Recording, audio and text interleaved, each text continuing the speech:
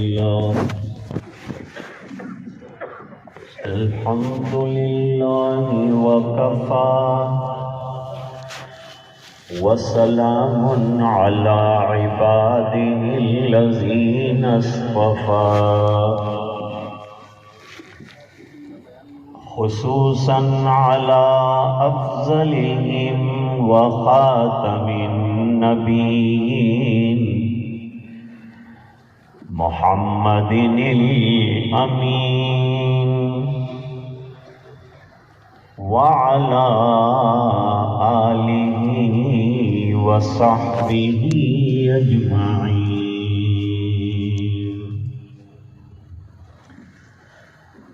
أما بعد فأعوذ بالله من الشيطان الرجيم.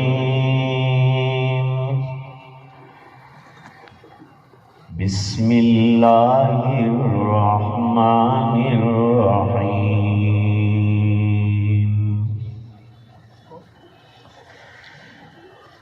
وما أرسلنا من رسول إلا ليطاع بإذن الله. صدق الله العظيم.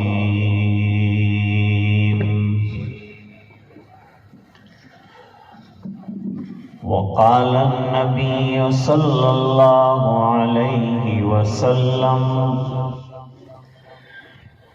لا يؤمن أحدكم حتى يكون هواه تبعا لما جئت به، أو كما قال عليه الصلاة والسلام. وصدق رسوله النبي الأمي الكريم. اللهم صل على سيدنا محمد وعلى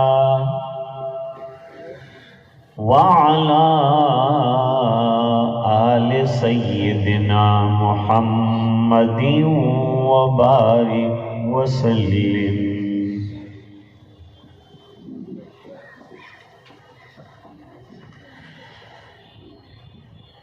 آج کے پروقار اجلاس کے صدر باوقار حضرت مولانا دامت برکاتہم العالیہ،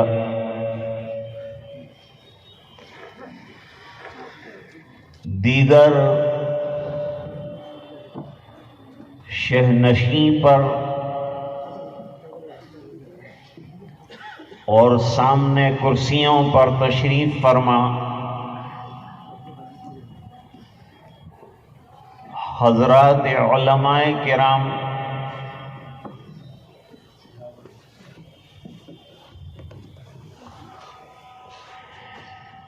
برادران اسلام، معززہ موقرہ دینی ماں بہنیں،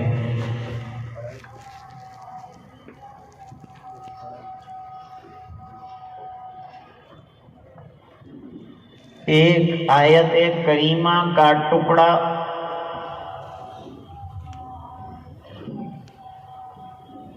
اور ایک حدیث مبارک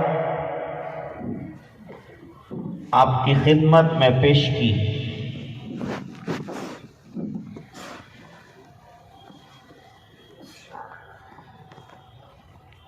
آیت مبارکہ میں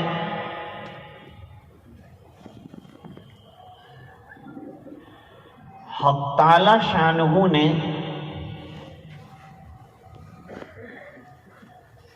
انبیاء کرام کی بعثت کا مقصد بیان کیا ہے.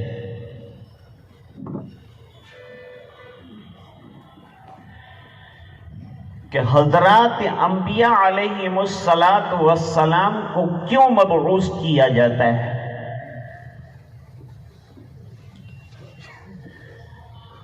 ان کی دنیا میں تشریف آوری کا نقطہ نظر کیا ہوتا ہے، کیا مقصد ہوتا ہے، کیا مطمح نظر ہوتا ہے؟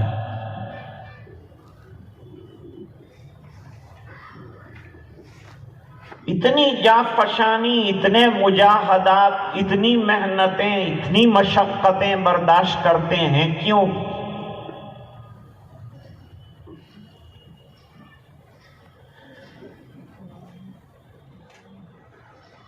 ابو البشر ثانی حضرت نوح علیہ الصلاۃ والتسلیم سے لے کر جناب رسول اللہ صلی اللہ علیہ وسلم تک کا سلسلہ دیکھ لیجیے۔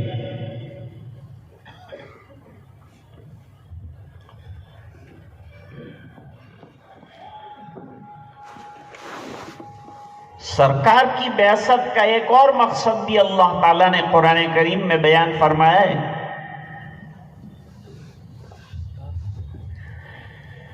وَالَّذِي أَرْسَلَ رَسُولَهُ بِالْهُدَى وَالدِّينِ الْحَقِّ لِيُظْهِرَهُ عَلَى الدِّينِ كُلِّهِ۔ اللہ نے نبی کریم صلی اللہ علیہ وسلم کے دین کو برتری عطا کرنے کے لیے سرکار کو مبعوث فرمایا تھا۔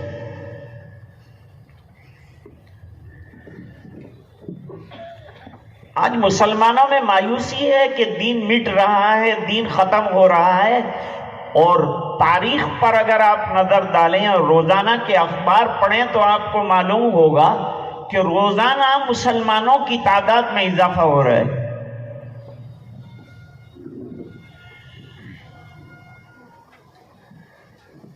امریکہ میں اس وقت سب سے زیادہ قرآن کریم کا مطالعہ کیا جا رہا ہے، اور قرآن کریم کی سب سے زیادہ تلاوت جو ہے وہ امریکہ میں ہو رہی ہے۔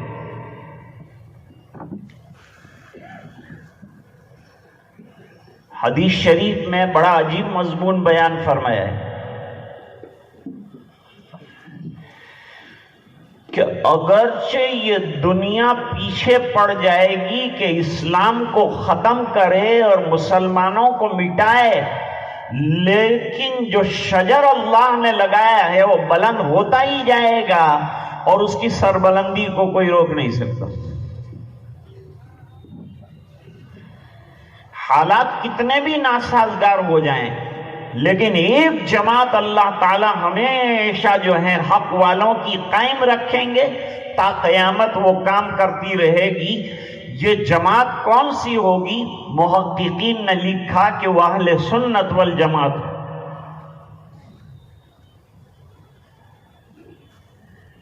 یہ جماعت دنیا میں بکھری ہوئی ہوگی، پھیلی ہوئی ہوگی، اور مختلف حلقوں میں اور مختلف ملکوں میں یہ کام کرے گی، اور اللہ کے دین کو سر بلند کرنے اور اعلاء کلمت الحق کی محنت کرتی رہے گی۔ اس حدیث شریف کو بخاری میں بھی روایت کیا ہے اور ابن ماجہ شریف کے اندر بھی روایت موجود ہے۔ لا یزال طائفۃ من امتی قوامۃ علی امر اللہ لا یضرهم من خذلهم حتی یاتی امر اللہ۔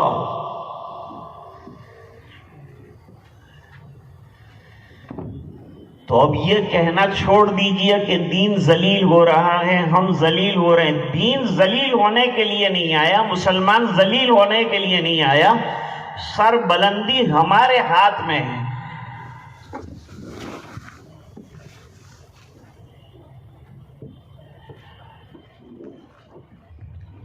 اللہ تعالیٰ قرآن کریم میں فرماتے ہیں وَلِلَّهِ الْعِزَّةُ وَلِرَسُولِهِ وَلِلْمُؤْمِنِينَ۔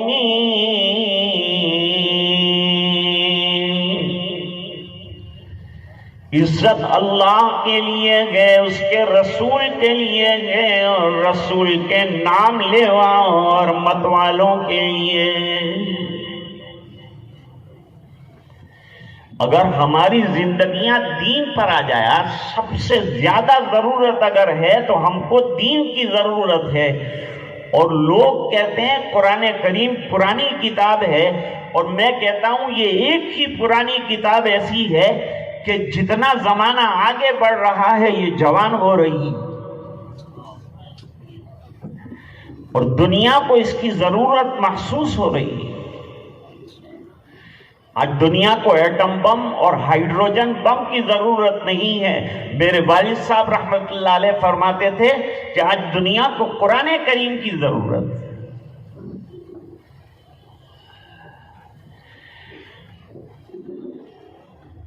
تو حضرات انبیاء علیہم السلام کی بعثت کا جو مقصد ہے اس کو آدھی آیت میں اللہ تعالیٰ نے بیان کیا۔ قرآن کریم عجیب و غریب حضور پاک صلی اللہ علیہ وسلم کا رہتی دنیا تک باقی رہنے والا معجزہ ہے، علمی معجزہ ہے۔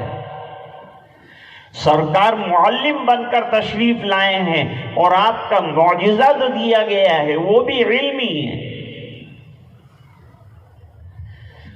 چنانچہ نبی کریم صلی اللہ علیہ وسلم نے فرمایا انما بعثت معلما، مجھے معلم بنا کر بھیجا گیا ہے۔ کس بات کا معلم بنایا ہے؟ انما بعثت لاتمم مکارم الاخلاق، مجھے اخلاق کی بہترین تعلیم دینے کے لیے اللہ تعالیٰ نے مبعوث فرمایا ہے۔ سب سے بہترین اخلاق کے حامل ہیں نبی کریم صلی اللہ علیہ وسلم، اور پھر چاہتے ہیں کہ امت میں بھی یہ بہترین اخلاق آ جائیں۔ نماز تو ضروری ہے، روزہ ضروری ہے اپنے وقت پر، لیکن آپ مسجد میں نماز پڑھ رہے ہوں گے تو کوئی غیر دیکھنے نہیں آئے گا، لیکن آپ کے اخلاق جو ہیں وہ دیکھے جائیں گے اور وہ نظر آئیں گے۔ اور یہ تعلیم دینے کے لیے نبی کریم صلی اللہ علیہ وسلم کے انسانوں کو انسان بنایا جائے۔ بس کہ مشکل ہے ہر ایک کام کا آسان ہونا، اور آدمی کو بھی میسر نہیں انسان ہونا۔ انسانیت اور اخلاق بہت بڑی چیز ہے۔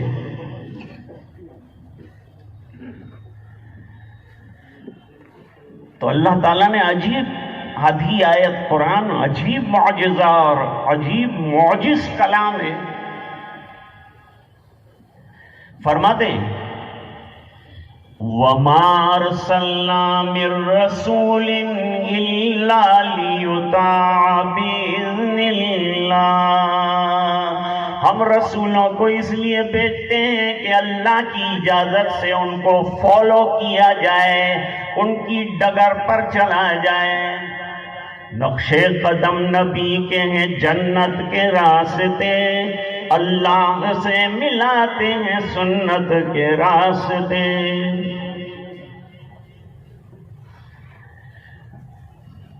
اب سرکار کو بھی مبعوث کیا گیا ہے اسی مقصد کے لیے کہ آپ کی اتباع کی جائے، اور جس نے رسول کی اتباع کر لی اس نے اللہ کی اطاعت کر لی۔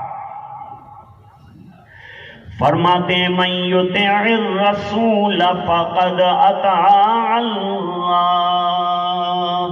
جس نے رسول صلی اللہ علیہ وسلم کی اطاعت کی گویا اس نے اللہ کی اطاعت کر لی۔ رسول کی اطاعت کو اللہ کی اطاعت قرار دیا۔ کسی سنت کو معمولی مت سمجھیے، حضور کی اتباع کو معمولی مت سمجھیے، یہ کامیابی کی ڈگر ہے۔ کہ محمد سے وفا تونے تو ہم تیرے ہیں، یہ جہاں چیز ہے کیا لوح و قلم تیرے ہیں۔ تو عرض کر رہا تھا سنتوں کی مثال بہت اچھی، اہل اللہ نے دین کو سمجھا ہے، اور جو سمجھ لیتا ہے دین کو اس کے لیے سمجھانا بھی آسان ہوتا ہے۔ اس پر ایک واقعہ آپ کو سنا دوں تاکہ آپ کو اطمینان ہو جائے۔ غار ثور میں نبی کریم صلی اللہ علیہ وسلم کو اپنی گود میں لٹایا ہے صدیق اکبر رضی اللہ تعالیٰ عنہ، اور چوکنا ہو کر چاروں طرف دیکھ رہے ہیں کوئی دشمن تو نہیں آ رہا ہے، حالانکہ غار تھی اور وہ بھی بہت تنگ غار تھی، لیٹ کر تو اندر داخل ہو سکتے تھے، ایسی تو وہ غار تھی۔ غار میں جتنے سوراخ تھے ان تمام سوراخوں کو بند کیا ہے صدیق اکبر رضی اللہ تعالیٰ عنہ نے، اور پھر سرکار کو آرام پہنچانے کے لیے خود بیٹھ گئے۔ ایک بات اور بھی عشق کی عرض کرتا جاؤں، جس کی طرف حضرت امام بخاری رحمت اللہ علیہ نے اشارہ فرمایا۔ حضرت صدیق اکبر رضی اللہ تعالیٰ عنہ باہر نکلے غار کے، آپ صلی اللہ علیہ وسلم بھوکے بھی ہیں پیاسے بھی ہیں، اور صدیق اکبر کا بھی یہی حال ہے۔ تلاش ہے کہ کوئی غذا مل جائے، تو ایک چرواہا جا رہا تھا، اس سے ایک بکری دودھ دوہنے کے لیے لے لی، دودھ دوہ لیا پیالے میں، اور اس پیالے کے اندر پانی ڈالا جس میں دودھ تھا، کیونکہ دودھ جب تھنوں سے نکلتا ہے تو گرم ہوتا ہے، معدے کے لیے مضر ہو سکتا ہے۔ اس بنا پر صدیق اکبر رضی اللہ تعالیٰ عنہ نے اس کی گرمی کو ختم کرنے کے لیے تھوڑا سا پانی ملا دیا، اور پھر نبی کریم صلی اللہ علیہ وسلم کے پاس لے کر حاضر ہوئے۔ آپ نے بیٹھ کر وہ دودھ پیا، نوش فرمایا۔ جملہ نقل کیا ہے امام بخاری رحمت اللہ علیہ نے، شرب رسول اللہ صلی اللہ علیہ وسلم، حضور صلی اللہ علیہ وسلم نے دودھ پیا، اور میں دیکھ رہا تھا۔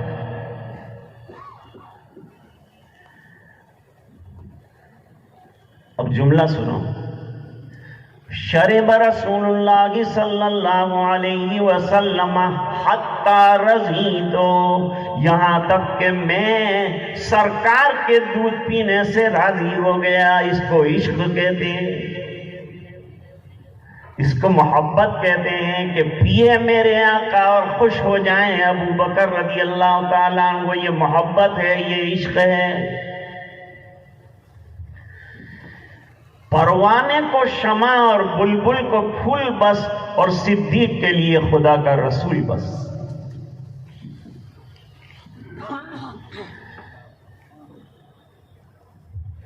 اب ادھر ادھر دیکھتے ہوئے ذرا غار ثور میں اوپر کی طرف نظر پڑ گئی۔ صدیق اکبر رضی اللہ تعالیٰ عنہ گھبرانے لگے۔ آپ صلی اللہ علیہ وسلم کی آنکھ کھلی، پوچھا گھبرانے کی وجہ کیا ہے، پریشانی کی وجہ کیا ہے؟ سرکار وہ اوپر آ چکے ہیں، یہ گھبرانے کی بات ہے، اور مجھے اپنی فکر نہیں آقا، آپ کی فکر ہے، اس بنا پر کہ آپ کے کندھوں پر پورے عالم میں دین پھیلانے کی ذمہ داری ہے، اور یہ ظالم آ گئے ہیں۔ ایک بات اور بھی سنتے جائیے، جتنے انبیاء کرام دنیا میں تشریف لائے، ان کے مشن جب تک مکمل نہیں ہوئے، وہاں تک اللہ تعالیٰ نے ان کو اٹھایا نہیں۔ جب ان کا مشن مکمل ہو جاتا ہے تو پھر ان کو بلا لیا جاتا ہے۔ باقی جن لوگوں نے جھوٹے دعوے کیے وہ بیچ میں سے چلے گئے، اور جو سچے انبیاء کرام رہے ہیں ان کے مشن کی حفاظت اللہ کی طرف سے۔ حضرت عیسیٰ علیہ السلام کے ساتھ جبریل علیہ السلام کو بھیجا تھا، اس سائے کی طرح ہمیشہ ساتھ رہتے تھے، کیونکہ یہودی ہر وقت جو ہے قتل کے لیے درپے تھے۔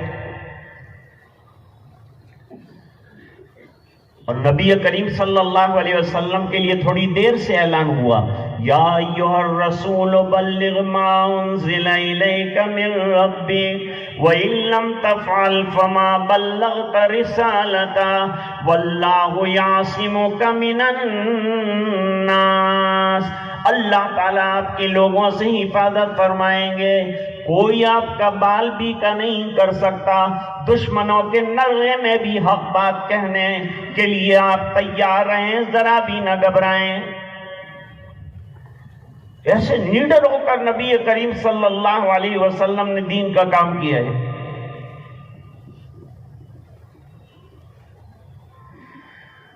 روایتوں میں ہے کہ ایک پہلوان تھا، یہ سب سیرت ہی کا حصہ ذکر کر رہا ہوں، اس کا نام ابو کبیر تھا، بڑے ڈیل ڈول کا آدمی تھا، لوگ بہت ڈرتے تھے اس سے، کہاں کس کو کب مار دے ٹھکانہ نہیں، من چلا آدمی تھا۔ ایک دن دربار رسول میں آ گیا، صحابہ کرام گھبرائے، حضور یہ آ گیا ہے اب کیا ہوگا؟ ارے کوئی گھبرانے کی بات نہیں، وہ انسان ہم انسان، گھبرانے کی کیا بات ہے؟ وہ بات کرے گا تو ہم بات کریں گے، وہ لات دے گا تو ہم جواب دیں گے۔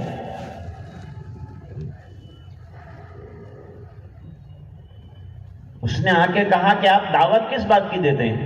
بلا جھجک کے گھبرائے بغیر نبی کریم صلی اللہ علیہ وسلم نے فرمایا کہ اللہ کی دعوت دیتا ہوں، توحید کی دعوت دیتا ہوں، اور یہ دعوت دیتا ہوں کہ مجھے اللہ نے نبی اور رسول بنا کر بھیجا ہے، میں آخری پیغمبر ہوں، یاد رکھنا، اپنے عقیدوں کو درست کیجیے گا، خالی حضور کو نبی ماننا نہیں ہے بلکہ آخری نبی ماننا ہے کہ آپ کے بعد کوئی نبی آنے والا نہیں۔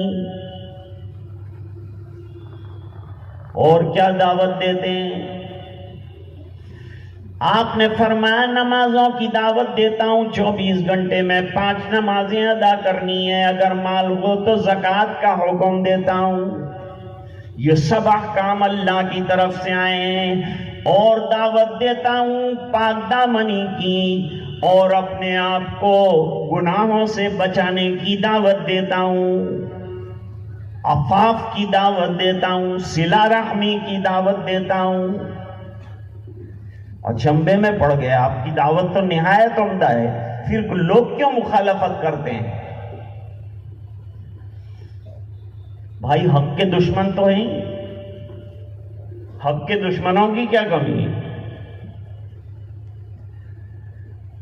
سب جانتے تھے مکے والے کہ حضور پاک صلی اللہ علیہ وسلم کی دعوت کیا ہے، قرآن کیا ہے، آپ کی ذات کیا ہے۔ انہوں نے حضور پاک صلی اللہ علیہ وسلم کو نبوت سے پہلے صدیق کہا ہے اور امین کہا ہے۔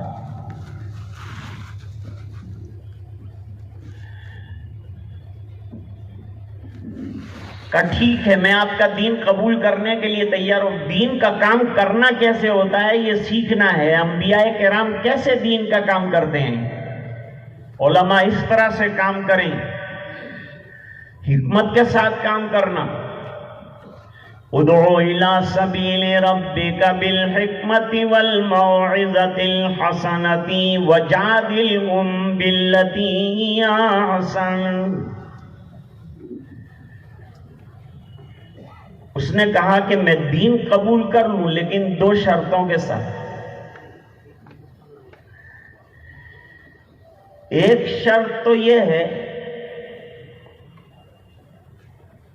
کہ میں بدستور بدکاریاں کرتا رہوں گا۔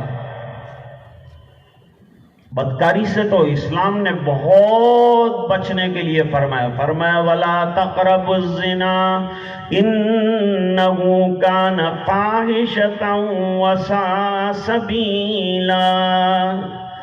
زنا کے قریب بھی مت جانا، دوائیے زنا سے بھی اپنے آپ کو بچانا، ورنہ یہ بڑا گناہ تمہیں مجرم بنا دے گا، گناہگار بنا دے گا، تمہارے اعمال کو ضائع کر دے گا۔ اس نے کہا میں تو آوارہ گردی میں ہوں بھائی، یہ جاری رہے گا، میں دین بھی قبول کر لوں تو یہ جاری رہے گا۔ ہم ہوتے تو غصے میں آ جاتے کہ بھائی جا، اسلام کو ایسے لوگوں کی کوئی ضرورت نہیں۔ لیکن نبی کریم صلی اللہ علیہ وسلم نے سوال فرمایا کہ دوسری تمہاری شرط بتاؤ. اس نے کہا یہ دھمادم جو 5 نمازیں آتی ہیں میں نہیں پڑھوں گا. آج بھی بعض لوگوں کو نماز مشکل لگتی ہے. نماز یہ عبادات میں اعظم ترین عبادت ہے.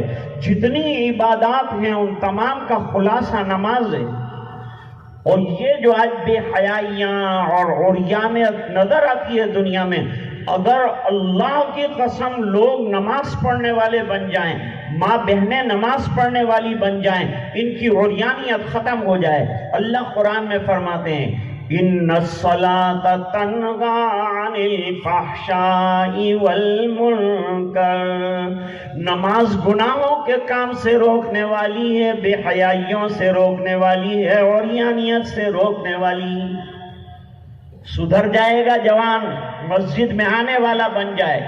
کھیل کود منع نہیں ہے، گراؤنڈ میں جاؤ، اپنی باڈی بھی بناؤ، لیکن ذرا اپنا ایمان بھی بناؤ، عشق رسول بھی اپنے اندر پیدا کرو، نبی کریم صلی اللہ علیہ وسلم کی سنتوں کو زندہ کرو. یہ جو بالوں کی کٹ ہوتی ہے نا، یہ کٹ کو ختم کرو. حدیث میں منع فرمایا تھوڑے سے بال یہاں سے لینا، اوپر سے لینا، سائڈ سے تھوڑے کاٹنا منع فرمایا نبی کریم صلی اللہ علیہ وسلم نے.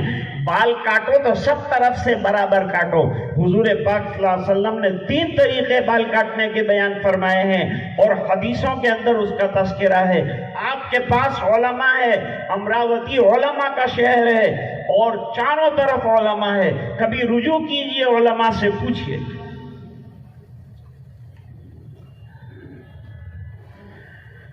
تو نماز نہیں پڑھوں گا. جواب سننا.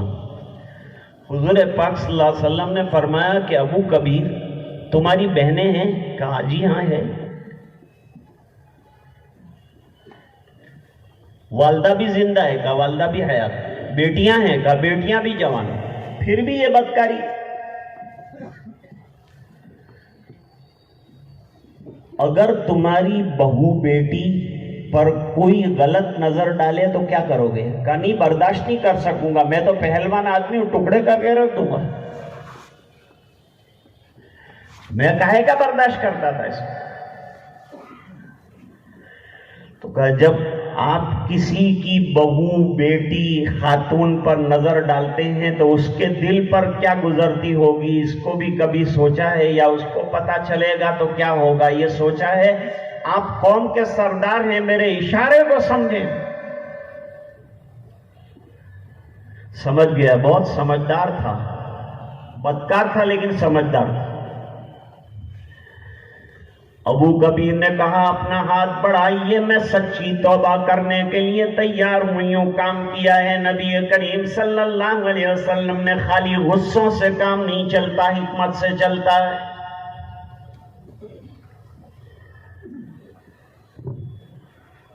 اب توبہ کر لی اور سچی توبہ. یوں کہا کہ اب کبھی کسی غیر محرم کی طرف نظر بھی نہیں اٹھا کر نہیں دیکھوں.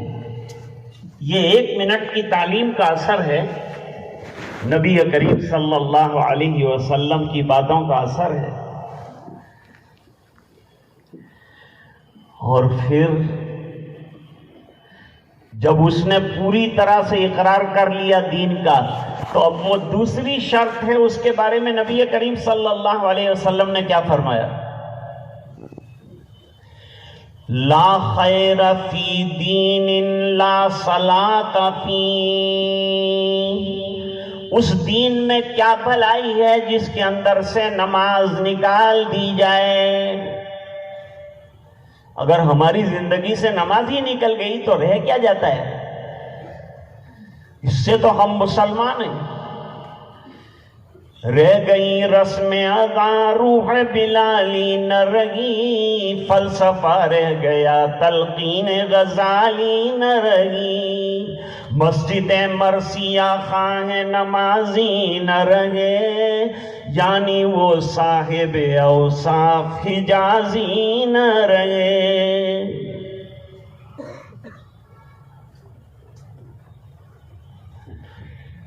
صدیق اکبر رضی اللہ تعالیٰ عنہ نبی کے لیے بے چین ہو رہے ہیں، اس نقطے کو یاد رکھیے۔ بے قراری کا عالم ہے، سرکار وہ دیکھ لیں گے تو کیا ہوگا؟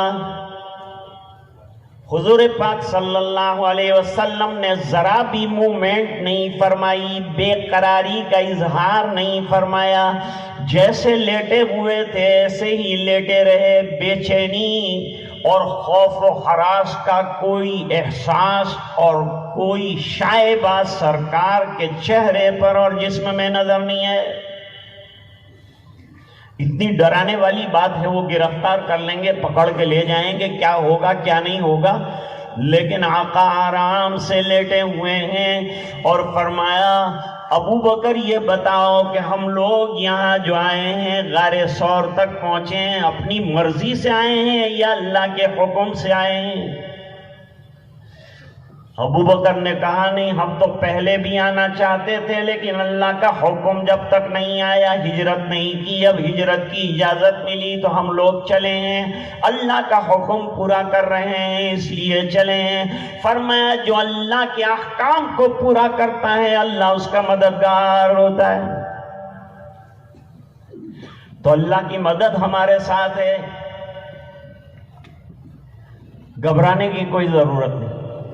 وہ نقطہ میں بتلانا چاہتا تھا کہ ابو بکر رضی اللہ تعالیٰ عنہ بے چین ہوئے، لیکن نبی کا ایمان کتنا مضبوط، اللہ کی ذات پر توکل کتنا عمدہ کہ کہا گیا بتایا گیا لیکن مومنٹ اور حرکت بالکل نہیں ہوئی۔ یہ دل کے اندر جو بھرا ہوا یقین ہے اس کا نتیجہ ہے۔ وہ واقعہ مشہور ہے کہ ایک سفر سے واپسی پر دشمن نے تلوار سونت لی اور آرام کر رہے تھے، آقا سر پر تلوار لے کر کھڑا ہو گیا اور اس نے کہا من یمنعک منی، آپ کو میری تلوار سے کون بچائے گا؟ حضور جاگ گئے اور جاگنے کے بعد لیٹنے کی پوزیشن میں تھے، حضور ہڑبڑا کر اٹھے بھی نہیں اور حرکت بھی نہیں کی، اور کوئی بے قراری کا کہ سر پر ننگی تلوار لے کر کھڑا ہے اور چلا دے گا اور میں ختم ہو جاؤں گا، موت کا کوئی ڈر نہیں، معلوم ہے کہ اللہ کی حفاظت کا نظام چل رہا ہے، گھبرانے کی کوئی بات نہیں، اللہ پہ یقین ہو تو ایسا ہو۔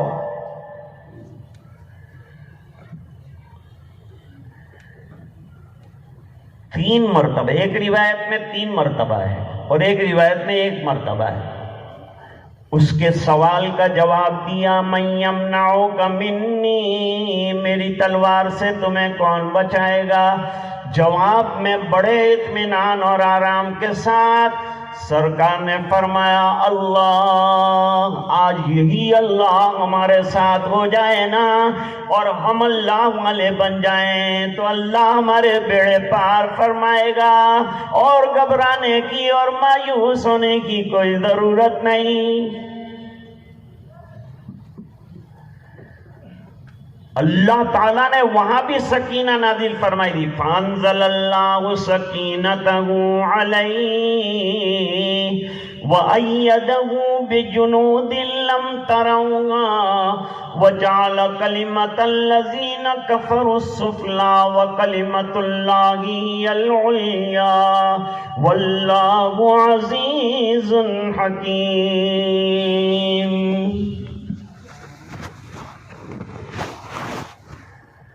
تو عرض کر رہا تھا کہ جو سمجھتا ہے اس کو سمجھانا آسان، مدرسے میں جس کو کتاب سمجھ میں آ گئی وہ سمجھنے کا ایک درجہ یہ ہے کہ کتاب دوسرے طالب علم کو سمجھا دے، اور اعلیٰ درجہ یہ ہے کہ ایسی کتاب لکھ دے، اور تیسرا درجہ یہ کہ خالی سمجھ لے، اور چوتھا درجہ یہ ہے کہ نہ سمجھے تو خدا اس کو سمجھے۔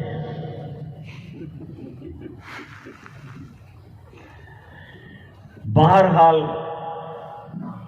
سمجھا ہوا مثال بھی اچھی بیان کر کے سمجھا سکتا ہے. تو سنتوں کی مثال جو ہے اللہ والوں نے دی ہے نوح علیہ السلام کی کشتی کے ساتھ، کہ جیسے کشتی میں ایمان والے بیٹھے اور اللہ نے ان کو پار لگا دیا، اسی طرح کوئی سنتوں کی کشتی میں بیٹھ جائے گا، اللہ اس کی نیا بھی پار لگا دے، اللہ اسے بھی کامیاب فرما دے گا. اور یہ نوح علیہ السلام کا واقعہ نکلا ہے. تو ایک بات تفسیری نقطۂ نظر سے علماء تشریف رکھتے ہیں، اس لیے عرض کرتا جاؤں. حضرت نوح علیہ السلام نے کشتی بنائی اللہ کے حکم سے. بعد میں طوفان آیا، کشتی چلنے لگی، حکم دیا ایک دعا پڑھو. ہمیں دعا بھی بتائی، کشتی میں بیٹھنے کی دعا کیا ہے قرآن کریم میں ہے. وَقَالَ ارْكَبُوا فِيهَا بِسْمِ اللَّهِ مَجْرَاهَا وَمُرْسَاهَا إِنَّ رَبِّي لَغَفُورٌ رَحِيمٌ. اس کشتی کا چلنا اور رکنا سب اللہ کے حکم سے. سواری پر بیٹھو تو دعا پڑھو، سبحان الذی سخر لنا ھذا. ھذا کو بلینک رکھا، سبحان الذی سخر لنا الموٹر نہیں کہا، اور کار بھی نہیں کہا کہ وہ بھی بیکار ہے.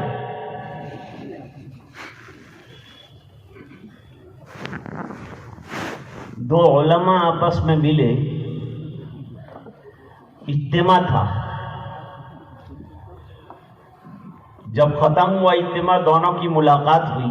علماء کی لطیفے بھی علمی ہوتے ہیں.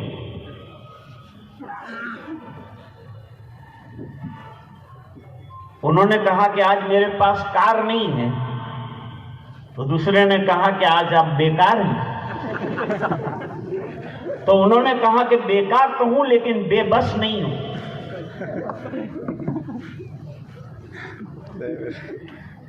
ایک شاعر جو ہے وہ جا رہا تھا حج کرنے کے لیے، تو دوسرے شاعر سے ملاقات کرنے گیا.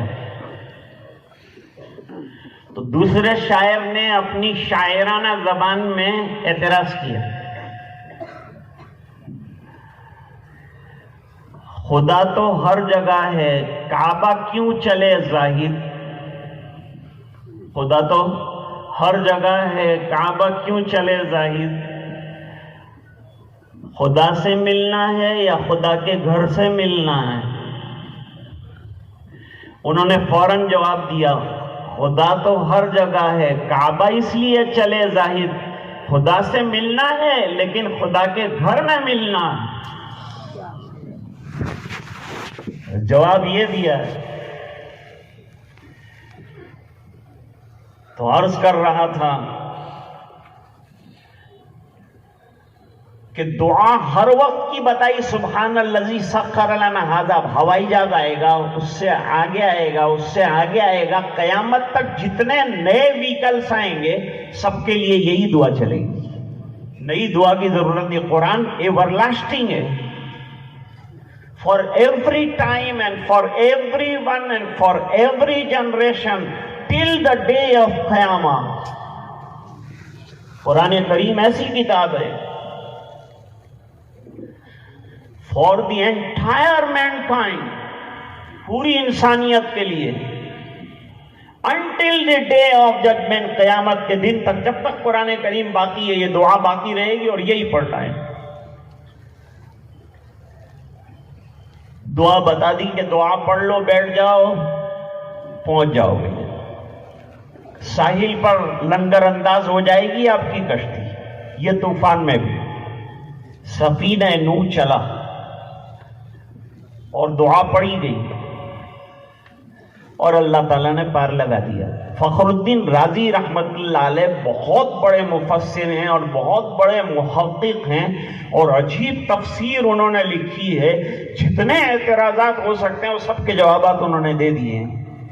انہوں نے ایسی بات لکھی ہے اس موقع پر کہ مفسرین قلم توڑنے پر مجبور ہو گئے.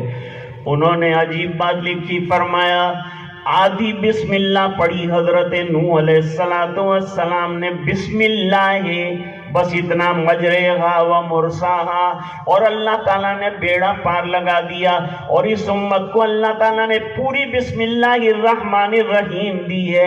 اگر یہ اس کو پڑھ کر عمل کرنا شروع کر دے تو اس کی نیا کیوں پار نہ لگ جائے؟ تو عرض کر رہا تھا کہ سنتوں کی مثال کشتی نوح کی ساتھ دی گئی۔ سنتیں معمولی نہیں، دیکھیں ایک مثال دیتا ہوں۔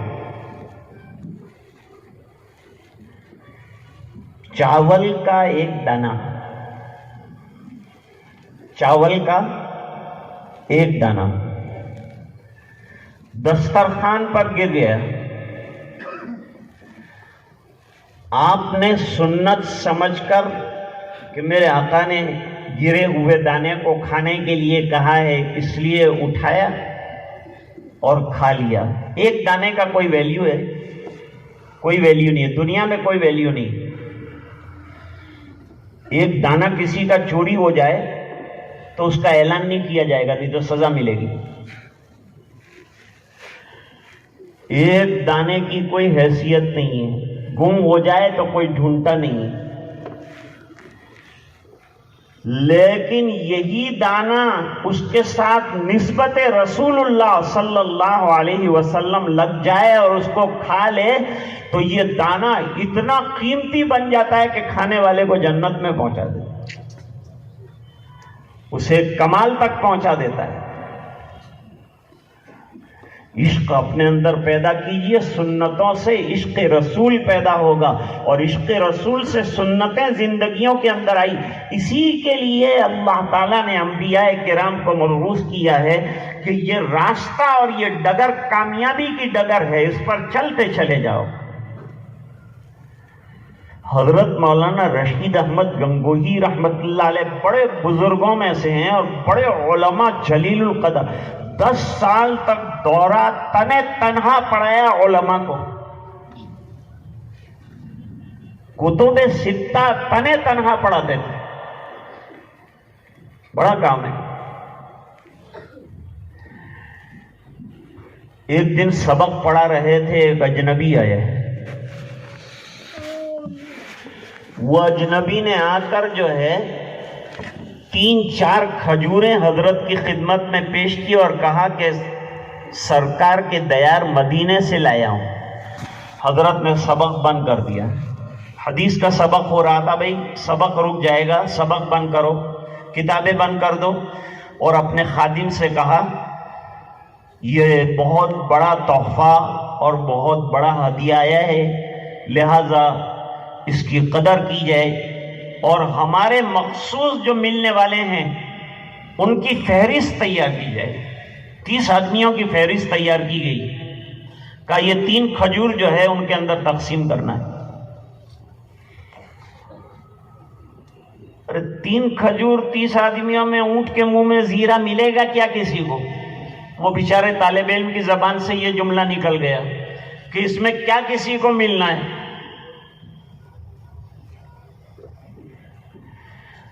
حضرت گنگوہی رحمت اللہ علیہ نے فرمایا تیرے ساتھ گفتگو ختم، تو نے سرکار کے شہر سے آنے والی اس سوغات کی ناقدری کی ہے۔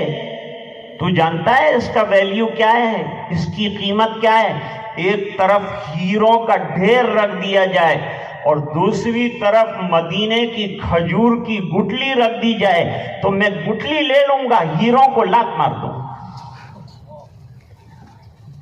یہ عشق ہونا چاہیے، یہ محبت ہونی چاہیے، تو پھر کیا عالم رہتا ہے زندگی میں عمل کا۔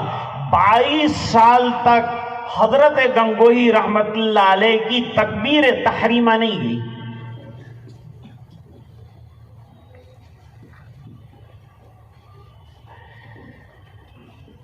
پھر وہ تقسیم کیا گیا، مل جائیں صابر مجھ کو کانٹے جو مدینے کے، 100 بار انہیں رکھوں آنکھوں میں قرینے سے.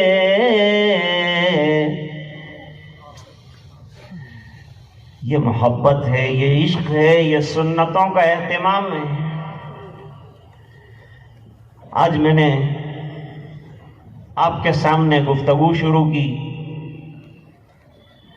اور قرآن کریم کی آیت مبارکہ کا ایک حصہ پیش کیا. وَمَا أَرْسَلْنَا مِن رَّسُولٍ إِلَّا لِيُطَاعَ بِإِذْنِ اللَّهِ. انبیاء کرام کی بعثت کا مقصد بیان کیا ہے آیت مبارکہ میں، اور فرمایا کہ رسولوں کی بعثت اس لیے ہوتی ہے کہ ان کی اداؤں کو زندگی میں جگہ دی جائے. جتنا کہیں اتنا کرتے جاؤ، جو نہ کہیں مت کرو.